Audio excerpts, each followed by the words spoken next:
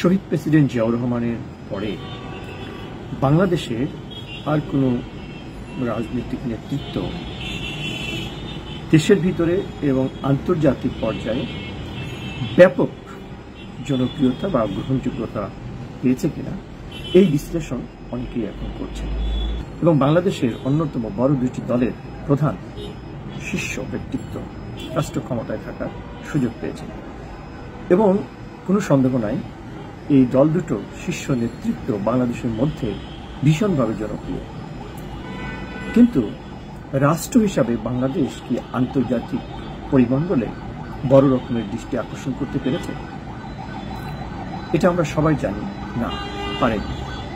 শুধুমাত্র ভারতের অনুগ্রহ লাভ ছাড়া, বিশেষ করে বাংলাদেশের একটি দলের প্রতি ভারতের যে আগ্রহ বা ভারতের যে সহানুভূতি, এটা ছাড়া বাংলাদেশ আন্তর্জাতিক পরিমণ্ডলে কোনো দেশের কাছে অনুকম্পা পাওয়ার বা আগ্রহ পাওয়ার কারণ হয়েছে এরকম কিন্তু দেখা যায়নি।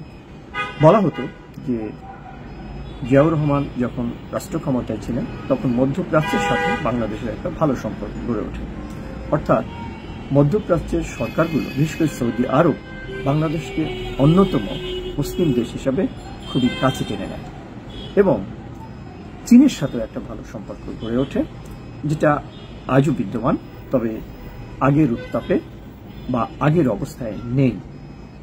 ভারত এবং পাকিস্তানের কথা যদি আমরা এই আলোচনায় না আনি তাহলে এটাই স্পষ্ট যে এই স্বাধীনতার 53 বছর পরে বাংলাদেশ একটি রাষ্ট্র হিসাবে বিদেশে যে আস্থাভাজন বা বন্ধু রাষ্ট্র, যে আপনার বিপদে নানা রকম সহায়তা নিয়ে এগিয়ে আসবে, সেরকম কোনো রাষ্ট্র কিন্তু তৈরি হয়নি। না বিএনপি রাষ্ট্র ক্ষমতায় থাকার সময়, না আওয়ামী লীগ রাষ্ট্র ক্ষমতায় থাকার সময়। রাষ্ট্র ক্ষমতায় থাকার সময় এই দুটি দল যেটা করেছে সেটা হলো ক্ষমতায় থাকার জন্য তারা কিছু কিছু দেশের প্রতি নতজানু হয়েছে। নতজানু হওয়া আর বন্ধু হিসাবে পাওয়া, উন্নয়নের বন্ধু হিসাবে পাওয়া, সমৃদ্ধির বন্ধু হিসাবে পাওয়া, এটা কিন্তু হয়নি।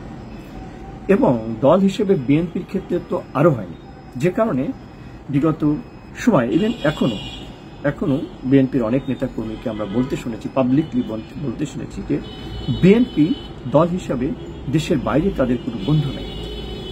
অর্থাৎ বাংলাদেশে রাজনীতি করার ক্ষেত্রেও যদি মনে করে যে দেশের বাইরে তাদের কোনো শুভাকাঙ্ক্ষী আছে, যে তারা এই দলটি ভালো চায়, তারা বাংলাদেশের ভালো চায়, এরকম কিন্তু কোনো একক বন্ধু বা একাধিক বন্ধু বিএনপির নাই।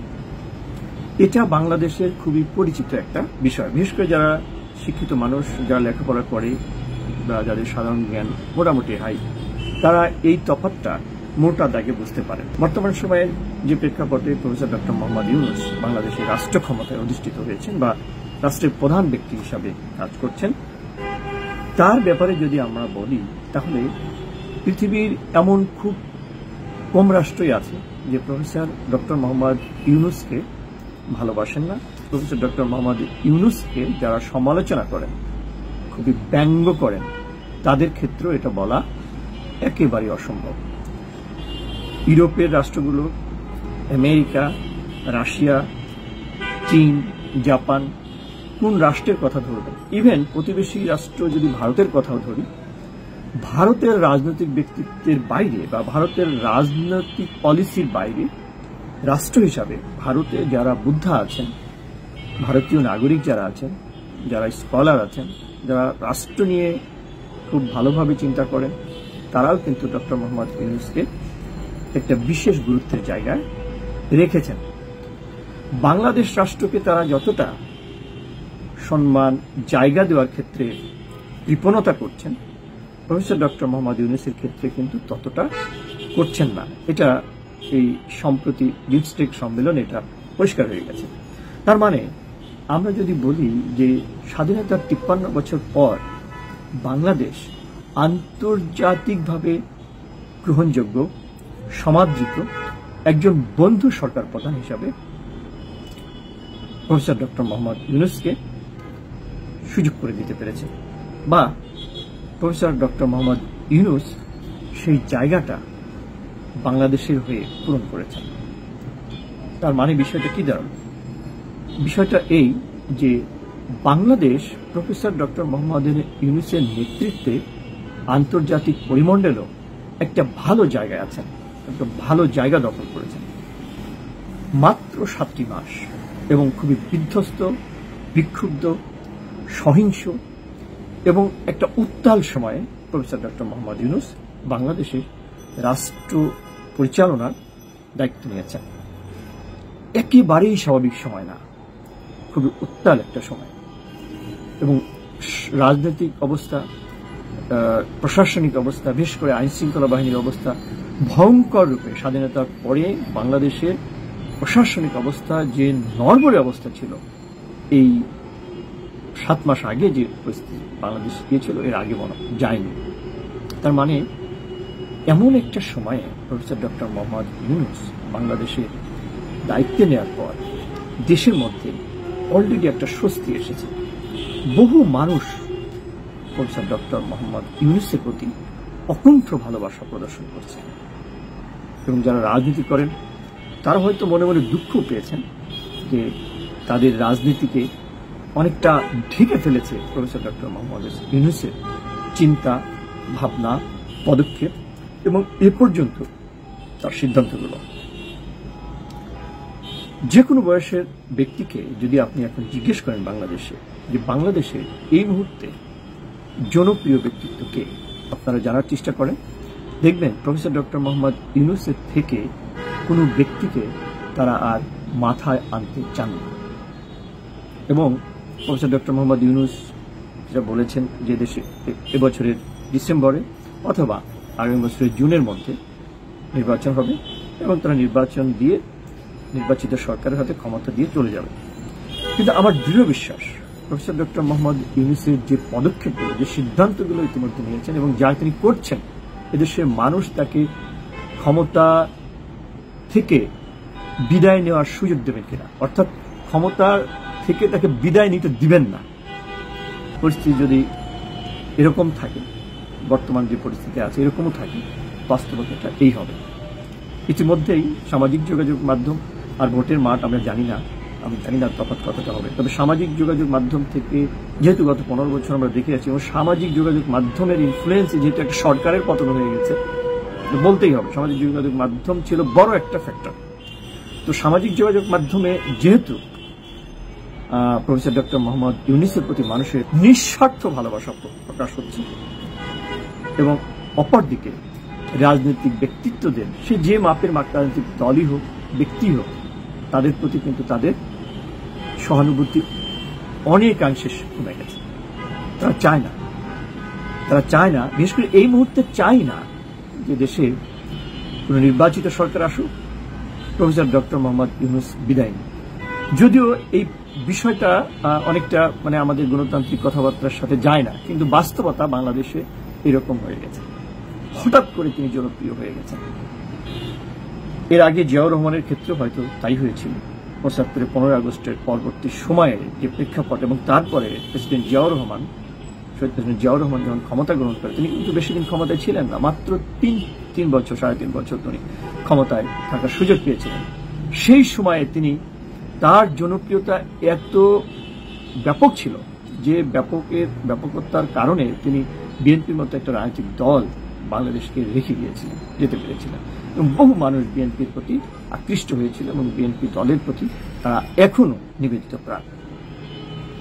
আমার মনে হয় জিয়াউর রহমানের পরে এই প্রফেসর ডক্টর মোহাম্মদ ইউনূস, এবং বলা যায় যে তার থেকে উনি ছাপিয়ে গেছেন এবং ছাপিয়ে যাবেন। কারণ জিয়াউর রহমানের ব্যাপ্তি ছিল দেশের মধ্যে জনপ্রিয় এবং আরো কিছু দেশের সাথে, মিডল ইস্ট, চায়না বা ইস্ট ওয়েস্টে আরো কিছু দেশের সঙ্গে তার জনপ্রিয়তা বৃদ্ধি ঘটে। কিন্তু প্রফেসর ডক্টর মোহাম্মদ ব্যক্তি হিসাবে এমনিতেই সারা পৃথিবীতে জনপ্রিয়।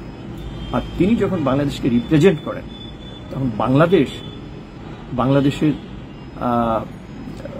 মর্যাদা অনেকটা বুস্ট হয়, হঠাৎ করেই বুস্ট হয় এবং সেটা আন্তর্জাতিক মিডিয়াতে আমরা দেখেছি, সেটা বিভিন্ন দেশের আতিথেয়তায় আমরা দেখেছি, বিভিন্ন দেশের সরকার প্রধানের সাথে, তার বিভিন্ন বিজনেস গ্রুপ, বিভিন্ন ডিপ্লোম্যাটদের সাথে এবং জাতিসংঘের বিভিন্ন প্রতিনিধিদের সাথে বা আন্তর্জাতিক বিভিন্ন শিক্ষা প্রতিষ্ঠানের সাথে যখন আমরা বা অর্থ প্রদানকারী প্রতিষ্ঠান বা বাণিজ্যিক প্রতিষ্ঠানের সাথে যখন প্রফেসর ডক্টর মোহাম্মদ ইউনূসের বিভিন্ন মিটিংগুলো হচ্ছে, তখন আমরা এই উচ্চতা অনুভব করি।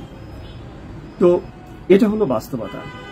যারা বাংলাদেশকে ভালোবাসেন, যারা চান দেশটা আরো দ্রুত বুস্ট করুক, সামনের দিকে আগাক, দেশে কর্মসংস্থান হোক, শৃঙ্খলা ফিরে আসুক, ঘুষ, লুটপাট, চাঁদাবাজি, টেন্ডারবাজি দূর হোক, প্রশাসনে যে সমস্ত দুর্নীতি আছে এবং ঘুষ ছাড়া কোনো কাজ হয় না, এবং এই ঘুষগুলো প্রতিটা স্তরে, প্রশাসন, সরকারি প্রতিষ্ঠানের প্রতিটা স্তরে এবং এটা বেসরকারি প্রতিষ্ঠানগুলোতেও এখন ছেয়ে গেছে, এটা দূর হোক। ঘুষ নেওয়ার মানুষের সংখ্যা কিন্তু কম, চাঁদা নেওয়ার মানুষের সংখ্যা কিন্তু কম, অবৈধ ক্ষমতা প্রয়োগ করার মানুষের সংখ্যা কিন্তু কম, বরং এটা শিকার যারা হয় সেই সংখ্যা কিন্তু ব্যাপক। তো এই ব্যাপক মানুষ এরা যদি দেশকে ভালোবাসেন এবং প্রফেসর ডক্টর মোহাম্মদ ইউনূসের মধ্যে এমন ব্যক্তিত্ব সামনে পেয়ে যায়, তারা কেন চাইবেন তাকে হারাতে?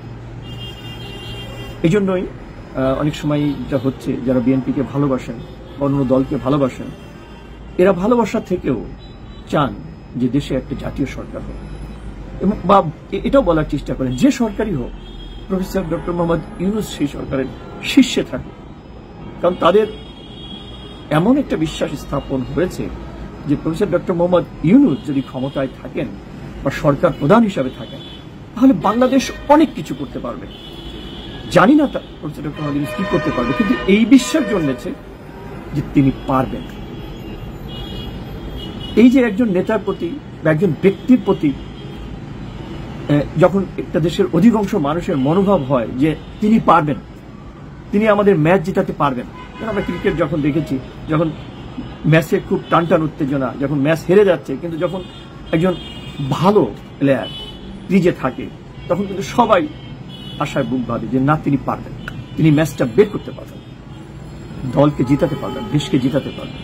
আমার মনে হয় প্রফেসর ডক্টর মোহাম্মদ ইউনূসের ক্ষেত্রে বিষয়টা এই দিকেই গড়াচ্ছে, এবং আমরা আশ্চর্য হব না যদি আমাদের দেশের পলিটিশিয়ানরা, আওয়ামী লীগ বাদে যে পলিটিশিয়ানরা আছে, আওয়ামী লীগ তো আমরা তার এখন আর গুণার মধ্যে তাদের ধরার দরকার নেই, কারণ হচ্ছে তারা এই নীতি আদর্শে কোনোদিনও আসবে না, আসার মতো মানসিকতা তাদের লক্ষ্য করাও যায়নি। সাধারণত তাদের কিছু সমর্থক হয়তো চিন্তাটা করতে পারে, কিন্তু তাদের যে অ্যাক্টিভিস্ট, তাদের যে কর্মী, এরা এই রিয়েলাইজেশনে আসবেন না।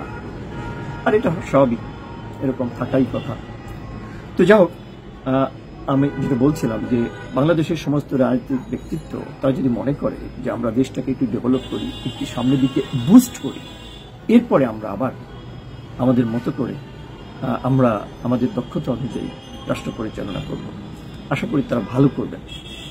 যদিও এই বিষয়গুলো যেভাবে বললাম, এটা গণতান্ত্রিক উপায় বা সরকার পদ্ধতি কি হবে, এইসব বিতর্কের মধ্যে এটা না নিয়ে এসেও বলা যায় যে সার্বিকভাবে আমরা আত্মমর্যাদা ফিরে পেতে চাই, সার্বিকভাবে আমরা একটা ভালো রাষ্ট্রে পরিণত হতে চাই, সার্বিকভাবে আমরা বিদেশের সম্মান পেতে চাই, বিদেশিরা বাংলাদেশকে গুরুত্বের সাথে নিবে সেটা উপভোগ করতে চাই।